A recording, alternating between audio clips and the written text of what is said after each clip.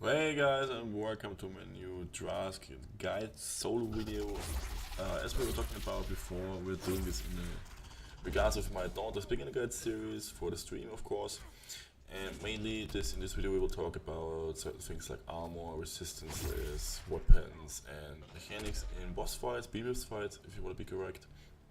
Because the main thing with Dauntless is you're basically slaying big things with no help at all, or just some people you're carrying with you.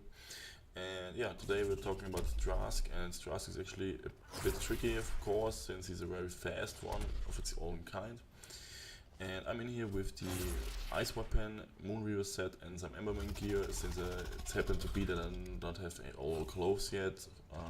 So I figured why not just wear a combination of both, which actually works pretty fine for me.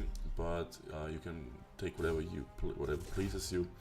Of course, I recommend Emberman or the Moonweaver set, since the other stuff is not really worth farming and wasting time for. And as well, you might want to check out the fire weapons in your particular tier 1, tier level, in terms of damage and so on, which fire weapon is actually the most broken one in terms of damage in your expansion you are currently in, since fire is probably the most effective damage source against behemoths like Drask and other particular behemoths, but of course we'll talk about that later.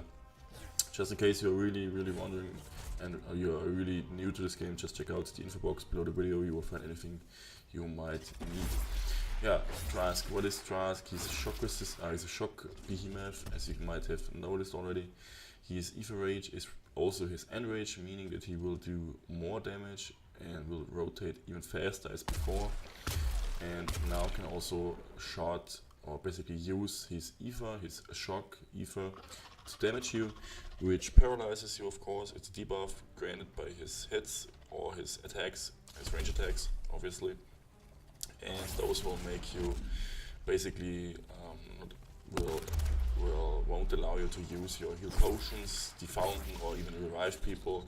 So in my opinion, it's pretty solid to go for a heal lantern or even a cleanse one. But I personally recommend heal, since he's also got this dot on you where you will get triggered by a bleed effect, which then drains your life by using stamina, and you can easily clear or basically cleanse this debuff effect by using a heal ability like a potion, like the fountain, or even a heal lantern. So in my opinion, it's pretty safe to say that heal lantern is probably the best for this one, even though cleanse is not wrong to go, of course. Even stamina, I saw some people on stamina on this one, but in my case I just, for the sake of this video, probably should go with heal or cleanse.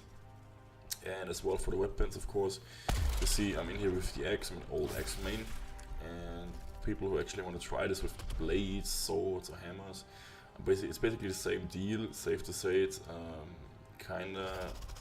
It's the most easiest way in my opinion is standing at the claws, in between the claws on his stomach, on his body, since he will trigger you from time to time with his claws, as you just have seen with his movement kit. And also if he's enraged in his Ether Rage and Enrage mode, as we talked about, he will definitely hit you before he's even moving, because his Ether, this yellow stuff around him, this shock Ether, will trigger you even before he moves. So it's safe to say that this spot where I'm standing currently is the safest for all weapons. Of course you can, find your own safety spot in your regards, of course, since the hammer is a different type of weapon. And the chain blitz is also a bit, differently. You can stand, for example, at the tail or at the head as well. But also actually recommend the body as well, since your special attack won't or will probably bug out sometime and you won't be able to use it properly. So it's safe to say, body for the kill. And as you just have seen, there was the aimbotting of him. This one got actually fixed, that's why this video delayed so long, since I don't want to put out a video with stuff that isn't already fixed. The other thing with this one is as well that if you stand on the stomach and he pulls his laser, as we will see later, there won't be the chance of him hitting you, since back in the day he would turn his head and shoot you even if you are standing behind him. This won't happen anymore, so yeah, that's actually why I recommend standing in the body. And of course this is a Drask, so basically going for the tail is doable in my opinion. But it's safe to say that if you go for the tail, like the moment when you cut the tail, the beast is actually almost dead. So unless you need the tail for some armor or some weapons or whatsoever, it's not really, you know, or if you want to style on some people, you can go for the tail of course. But yeah, it's not really efficient to focus the tail since he's very mobile with it. And yeah, there's even a bigger one of its kind, Thunder Deep, who will even shoot even more thunder and more lightning and whatsoever. And there's really no sense in cutting his tail as well. Like before you cut his tail, he's probably dead already.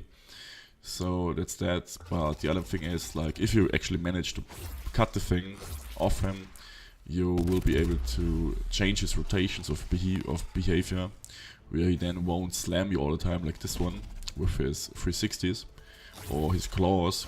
He would rather than just try to body slam you with his stomach, like a Nasher for example tries to do, but not with the roll, but with this in front glitch thing he does on the ground. And yeah, that's basically fun. That's basically Drask, guys. I guess you didn't imagine that it was that easy. So yeah, I guess we will see us again in foreign content, where you actually could use some help and some guides, since this is pretty easy, as you can see. But of course there will be more content with more detailed videos, since this is really easy, as I said. But yeah, thanks for watching guys, I hope to see you soon. Till then, bye bye.